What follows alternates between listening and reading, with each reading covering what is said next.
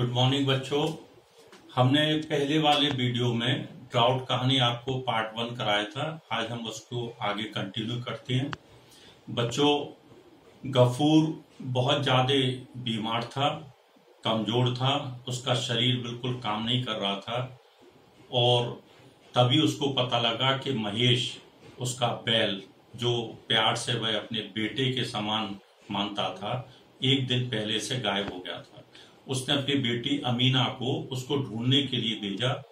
शाम को अमीना लौट कर आई और अपने पिता को बताया कि पिताजी, मानिक ने कहा है कि अपने बैल को जाकर मानिकपुर थाने में जाकर पता करो। वहां पर उन्होंने पुलिस थाने में उसको बंद करा दिया है। गफूर बहुत गुस्सा हुआ, नाराज हुआ। उसने बेटी से पूछा कि क्या कारण था जो पुलिस थाने में उसको बंद करा दिया गया है।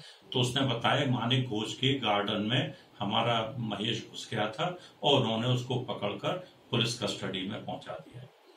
और उन्होंने ये भी कहा है कि अगर 3 दिन तक उस बैल को आप लोगों ने नहीं छुड़ाया तो अपने पिता से कह देना, पुलिस वाले उसको कैटल मार्केट में बेच देंगे। बच्चों, कैटल मार्केट का जैसे ही नाम गफूर सुनता था, वो एकदम अजीब सा उसका बिहेवियर हो जाता था। आप लोगों को भी बच्चों पता हो, कैटल मार्केट वो मार्केट होता है जहां पर जो बूढ़े या जो बेकार जो पशु हो जाते हैं उनको वहां पर भेज दिया जाता है, जिससे उनको काट दिया जाए और उनको नष्ट कर दिया जाए। गफूर भी जब भी उसके बारे में सुनता था वो असहज हो जाता था, क्योंकि वो महेश को अपने बेटे की तरह प्यार करता था। रात को अंधेरे में गफूर चुपचाप उठा और उठने के बाद उसने अपने घर पर एक पीतल की बड़ी थाली थी, केवल शायद लगता था पूरे घर में एक वो ही संपत्ति बाकी रह गई थी। उसने उस थाली को उठाया और उठाने के बाद में सीधा बंशी की दुकान पर पहुंच गया। बंशी, जहां पर वह पहले भी उस थाली को गिरवी रखकर पैसे ले चुका था, जैसे उसने थाली को देखा उसने कहा, गफूर कि बताइए आपको क्या चाहिए। तो गफूर ने कहा, अंकल मुझे 1 रुपया उधार दे दो। और उस बंशी ने 1 रुपया गफूर को उधार दे दिया। दूसरे दिन महेश अपने यूजुअल स्थान पर बधा हुआ मिला। गफूर ने जाकर उसको थाने से छुड़ा लिया।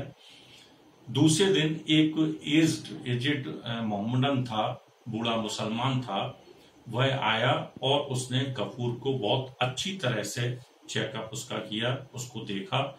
उसका सौदा गफूर से हो गया था। गफूर ने उसको अपनी रजामंदी बेचने के लिए दे दी थी कि महेश को वह बेच देगा।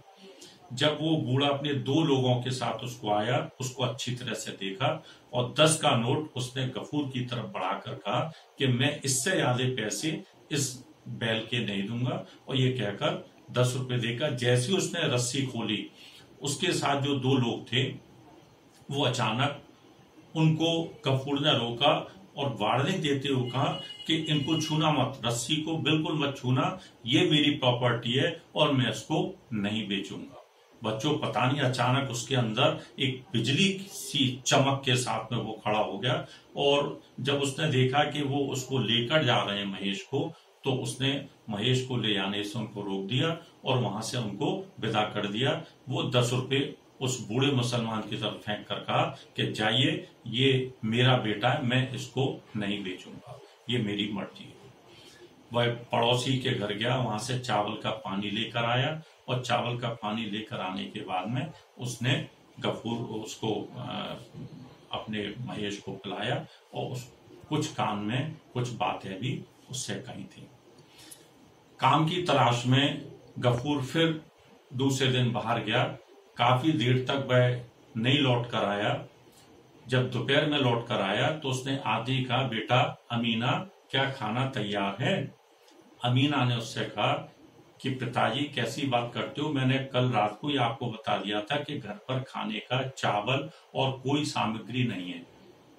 गफूर को बहुत तेज गुस्सा आया कि तूने सुबह क्यों नहीं बताया था। बच्चों, कई बार ऐसा होता है कि हमें गुस्सा किसी और बात पर होते हैं और उसको निकालते अपने परिजनों पर है या अपने जो परिवार के लोग होते हैं, अपने जो आपस के घर संबंधी होते हैं उन पर हम गुस्सा उतार देते हैं, जबकि कारण कोई और होता है। उस बच्ची पर भी उसने बार बार ये कहा कि तूने बताया क्यों नहीं, और बड़े नाराज होकर बोला पूरे दिन घर पर पड़ी रहती है, कुछ काम नहीं करती है, और लगता है पूरे दिन तू खाती रहती है और पिता के लिए तेरे पास खाना नहीं बचा है, और तू पता नहीं सब लोग मरते हैं तुझे मौत नहीं आती। इस तरह से बहुत अपशब्द उसने अपनी बेटी के लिए बोले। बेटी चुपचाप इन शब्दों को सुनती रही। लास्ट में गफूर ने फिर कहा कि अच्छा चल, खाना नहीं है तो पानी दे, लेकिन उस वक्त भी वो चुपचाप खड़ी रही। उस वक्त गफूर का जो गुस्सा था वो एकदम सीमा से बाहर हो गया। उसने बड़े तेज उसको एक जोर से थप्पड़ मारा। अपनी बेटी को मारने के बाद बार बार यही बोलता, दुनिया को मौत आती है, तुझको मौत नहीं आती, ना खाना देती है, ना घर में पानी है। और ये कहकर बेचारी ने मटका उठाया उस बच्ची ने, और अपने आंसुओं को पोंछती हुई वो पानी लेने के लिए चलती। बच्चों, गफूर इस बात को अच्छी तरह से जानता था कि घर में चावल नहीं है, घर में खाने की कोई सामग्री नहीं है, और घर में पानी क्यों नहीं है इसका कारण भी वो जानता था। जैसे ही वह बच्ची अमीना मटका लेकर बाहर गई, वो उसको एकटक देखता था। वो जानता था कि इसकी माँ जो बचपन में खत्म हो गई थी, छोटे से लेकर अभी तक उसने कितने लाड़ प्यार से इसको पाला था, और ये जो गुस्सा होना और बार बार उसकी तरफ थप्पड़ मारना, ये स्वयं में भी उसको बहुत पश्चाताप हुआ। और वो ये जानता था कि पानी घर में क्यों नहीं है। पूरे गांव में बच्चों 3 तालाब थे, 2 पूरी तरह से सूख गए थे, और एक जो तालाब था शिबू बाबू के घर के अंदर था, वो पब्लिक के लिए बिल्कुल नहीं था।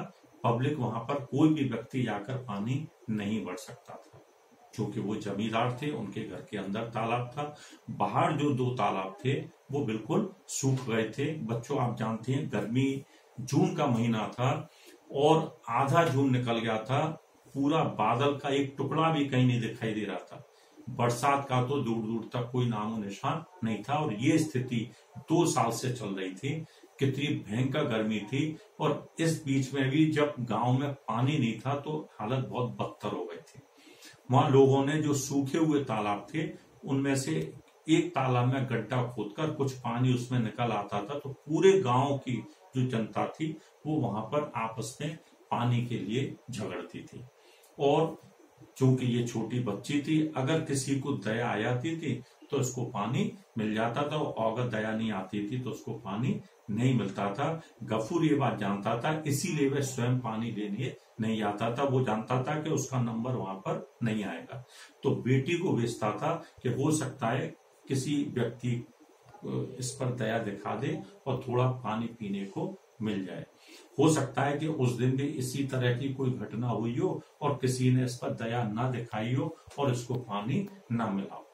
ये सब बातें सोचकर गफूर की आंखों में भी आंसू आ गए, और वह पश्चाताप की अग्नि में जलने लगा।